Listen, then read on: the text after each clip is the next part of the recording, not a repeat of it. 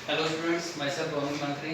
आज हम देखने जा रहे हैं हमारे जो आगे के क्वेश्चन थे। क्वेश्चन नंबर 26 है, हमारा चैप्टर 8 चल रहा था उसके क्वेश्चन नंबर 26 है। क्या दे रखा है क्वेश्चन नंबर 26 में? The angle of elevation of the top of a tower from two points at a distance 4 metre and 9 metre from the base of the tower. अब क्या है, सबसे पहले ये टावर, इसका बेस ये रहा, तो यानी कि ए बी ये रहे। यहाँ से दो पॉइंट है, एक ये पॉइंट और इससे दूसरा पॉइंट ये रहा। एक पॉइंट तो है जो अपने पास है 4 मीटर के डिस्टेंस पे, और दूसरा पॉइंट है वो 9 मीटर के डिस्टेंस पे। C D, A B C D हमारे पास 4 पॉइंट हो गए। फिर दे रखा है कि भाई आगे from the base of the tower and in the same straight line, ये भी स्ट्रेट लाइन में है, with it approximate with it are complementary. इसके जो एंगल्स हैं बन रहे हैं ना यहाँ पे, वो कॉम्प्लीमेंट्री एंगल्स हैं, मतलब दोनों एंगल्स का सम कितना है, कितना सम होगा इन दोनों का? 180। 180 किन एंगल का सम होता है? जो सप्लीमेंट्री एंगल्स होते हैं उनका सम होता है 180, और कॉम्प्लीमेंट्री एंगल्स का सम होता है 90। तो यहाँ पे जो सम होगा वो 180 ना होकर के कितना होगा? 90। तो इस चीज का ध्यान रखें, सप्लीमेंट्री और कॉम्प्लीमेंट्री में कंफ्यूज नहीं हो। Prove that the height of the tower is 6 metre. अपन को बताना है कि इसकी हाइट क्या होगी, 6 मीटर अपन को लेकर के आनी है। पता नहीं है, ये लानी है हमें, ठीक है ना। तो इसको अपन मान के चल लेते हैं h, ठीक है। अगर माना अपन ने एंगल ACB, एंगल ACB अपन ने माना है थीटा, तो ये क्या हो जाएगा? 90 माइनस थीटा, क्योंकि दोनों का सम 90 है। तो ADB, एंगल ADB जो हो गया 90 माइनस थीटा, ठीक है। अब अपन लेके चल रहे हैं triangle DAB, in triangle DAB। DAB की बात हो रही है, वापस बेस और परपेंडिकुलर में रिलेशन लगाएंगे। बेस क्या है अपने पास? पहले सबसे पहले tan, ये हो गया अपने पास ADB जो है 90 माइनस थीटा और theta, tan 90 minus theta equal to perpendicular upon base. Perpendicular क्या है? AB, बेस कितना है? 9, यानी कि AD। tan 90 माइनस थीटा क्या होता है? cot थीटा होता है। और AB कितना है हमारे पास? H, और नीचे वाली हाइट 9, ठीक है। तो अब क्या करते हैं अपन, इसको यहीं पे ब्रेक कर देते हैं, ये इक्वेशन 1। नेक्स्ट क्या है अपने पास? tan थीटा जो है ट्राइंगल कौन से में? Triangle CAB। और इन ट्राइंगल का नाम जरूर लिखें, tan थीटा, परपेंडिकुलर H, और नीचे बेस कितना है? 4। ये इक्वेशन 2 हो गई। प्रूव कराना है ना हमें, तो इसके लिए क्या करेंगे? इक्वेशन 1 इनटू इक्वेशन 2 कर देते हैं। Equation 1 into equation 2। तो 1 क्या है हमारे पास? 4 theta into tan theta equal to h upon 4, sorry h upon 9 है पहले, तो फिर h upon 4। tan theta into cot theta तो 1 होते हैं, 1 लिख दिया। h और h स्क्वायर, 9 4 जा 36, फिर इधर भेजा 36 इक्वल टू h स्क्वायर, 36 6 का स्क्वायर होता है, यानी h की वैल्यू क्या हो गई हमारे पास? 6। तो हमने प्रूव कर दिया, हाइट हमारी कितनी आ गई? 6, ठीक है। नेक्स्ट आ गया अपने पास क्वेश्चन नंबर 27। देखें, on the side, one side of A road, diagram बनाएंगे सबसे पहले। On one side of A road, किसी रोड के एक साइड में ए टावर इज सिचुएटेड। तो सबसे पहले टावर बनाता हूं मैं, ये बन गया टावर, जिसको नाम दे दिया अपन ने AB। On one side of a road, a tower is situated and other side of a building is situated। दूसरी साइड में क्या है? एक बिल्डिंग बनी हुई है, ये हो गई CD बिल्डिंग, ठीक है। The angle of diffraction of the roof, यानी कि angle of diffraction यहाँ से रूफ से बन रहा है, तो यहाँ नीचे की तरफ भी बनेगा। फिर from the angle of the diffraction of the roof, एक तो रूफ से एंगल ऑफ डिप्रेशन बन रहा है, and base of the building, base जो है बिल्डिंग का, वहां से बिल्डिंग का बेस तो ये वाला है, from the top of a tower, यानी कि टावर के टॉप से, ये टावर के टॉप से, आर रेस्पेक्टिवली 45 एंड 60 डिग्री, 45 और 60 डिग्री है, मतलब दोनों एंगल कैसे डिप्रेशन वाले एंगल हैं, तो एंगल ऑफ डिप्रेशन ही दे रखा दोनों कंडीशन में।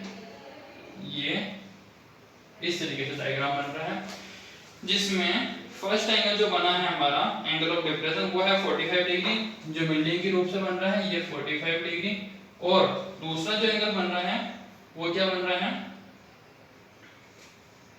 60 डिग्री का, तो ये हो गया हमारे पास 60 डिग्री। ठीक है, डायग्राम बनाते टाइम यही चीजें ध्यान रखनी है, जब अपन अगर सही डायग्राम बना रहे हैं तो क्वेश्चन सही हो जाएगा। If the height of the building is 12 metre, building की हाइट 12 मीटर है, ठीक है, फिर दे रखा है then find the height of the tower, tower की हाइट निकालो। अगर ये 12 है तो यहाँ से यहाँ तक का पॉइंट भी 12 ही होगा, और ये मान लो जैसे ये वाला पॉइंट कौन सा हो जाएगा, ए बी सी डी आ चुके हैं तो ये ई पॉइंट हो जाएगा, इसको भी ज्वाइन करा देते हैं अपन। अब देखें अगर जेड से बन रहा हो तो इस तरीके से अगर अपन मिलाएं तो यहाँ पे जेड बन रहा है तो ये 45 है, तो ये भी कितना होगा 45, ठीक है ना। अब ये 45 आ रहा है और उधर से देखें तो ये 60 है, तो ये भी कितना होगा 60। सबसे पहले अपन को निकालना है कि भाई ये डिस्टेंस कितना है, ठीक है, तो ट्रायंगल ए सी डी लेके चलते हैं। In triangle A C D में क्या है अपने पास tan 45, tan और perpendicular upon base, perpendicular C D base A C. tan 45 की वैल्यू तो 1 होती है, सी डी अपने पास कितना है 12 और ए सी कितना है, ए सी ही है, तो ए सी की वैल्यू तो कितनी आ गई 12 मीटर, तो ये हो गया हमारे पास 12 मीटर। अब इसके रेस्पेक्ट में अपन ए बी निकालेंगे, ठीक है ना, तो triangle C A B, in triangle C A B. अब ट्रायंगल सी ए बी की बात हो रही है तो देखें tan 60 perpendicular upon base, perpendicular A B base A C, tan 60 की वैल्यू √3 होती है, ए बी की वैल्यू 12 प्लस बी ई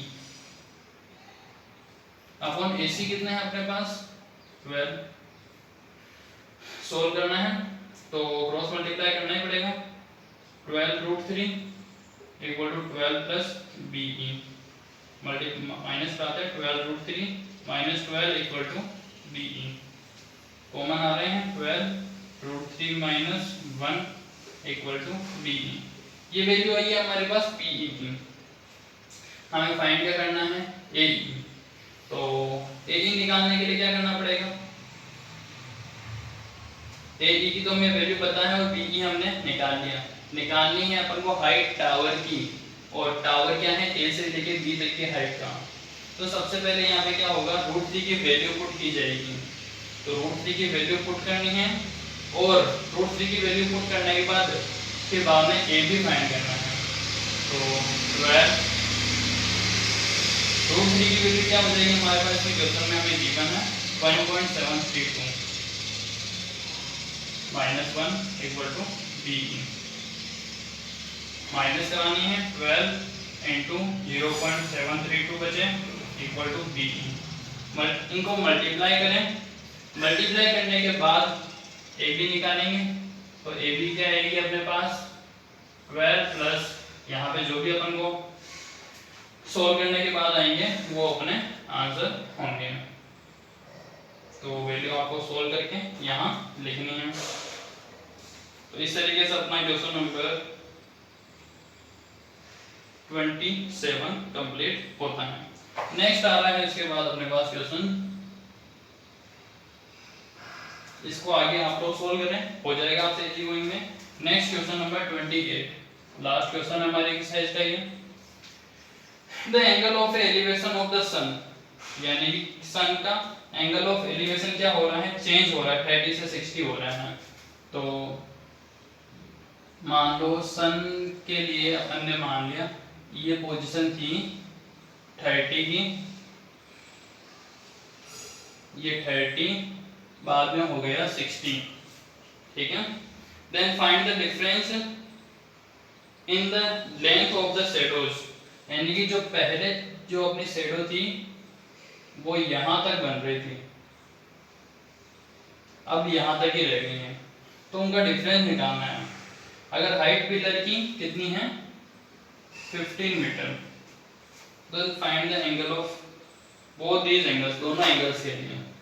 तो ये AB हो गया हमारे पास पिलर, C और D दो पॉइंट हो गए जहां तक शेडो बन रही हैं। सबसे पहले ट्रायंगल CAD लेंगे। इन ट्रायंगल CAD की बात हो रही है तो CAB है, सॉरी CAB की बात हो रही है तो tan 60 की value perpendicular upon base, perpendicular AB upon AC, tan 60 की वैल्यू √3, AB की वैल्यू 15, इसकी AC नहीं पता है तो AC की वैल्यू क्या होगी 15 अपॉन √3। क्रॉस मल्टीप्लाई करा लेते हैं। क्रॉस मल्टीप्लाई कराने के बाद हमारे पास है 15 अपॉन √3। अब इसको क्या करते हैं √3 से ऊपर नीचे मल्टीप्लाई करते हैं, तो AC की वैल्यू क्या आ रही है 15 √3 अपॉन 3, जो कट हो रहे हैं 3 5 जा तो 5 √3 आ रही है। नेक्स्ट है कि भाई DAB ट्रायंगल लेके चलें। इन ट्रायंगल DAB तो वापस से tan 30 परपेंडिकुलर 15 बेस AD, तो tan 30 की वैल्यू 1 अपॉन √3, तो 15 अपॉन AD कितना आया 15 √3। हमें तो डिफरेंस निकालना है, यानी कि AD में से AC को माइनस कराना है, तो ये AD, तो CD पता करना है, CD equal to AD minus AC। AD आई हमारे पास 15 √3 माइनस AC आई हमारे पास 5 √3। अगर इसको माइनस कराया तो हमारे पास आए 10 √3 की आई CD की वैल्यू। तो ये हो गया हमारा क्वेश्चन कंप्लीट। यहाँ पे आप √3 की वैल्यू पुट कर दें और ये क्वेश्चन इस तरीके से पूरा हो जाएगा, ठीक है। तो आज की क्लास तो हमारी यही हुआ होती है। हमारा चैप्टर 8 पूरा कंप्लीट हो चुका है। इसके जो कंप्लीट सॉल्यूशन है आपको वीडियो के डिस्क्रिप्शन में मिल जाएगा, वहां से देख लें। और जो भी मैंने आपको डेली क्वेश्चन वैसे सारे कराए इस एक्सरसाइज के, तो उनको भी इस तरीके से कंप्लीट कर लें। और नेक्स्ट चैप्टर नेक्स्ट क्लास में हम स्टार्ट करेंगे।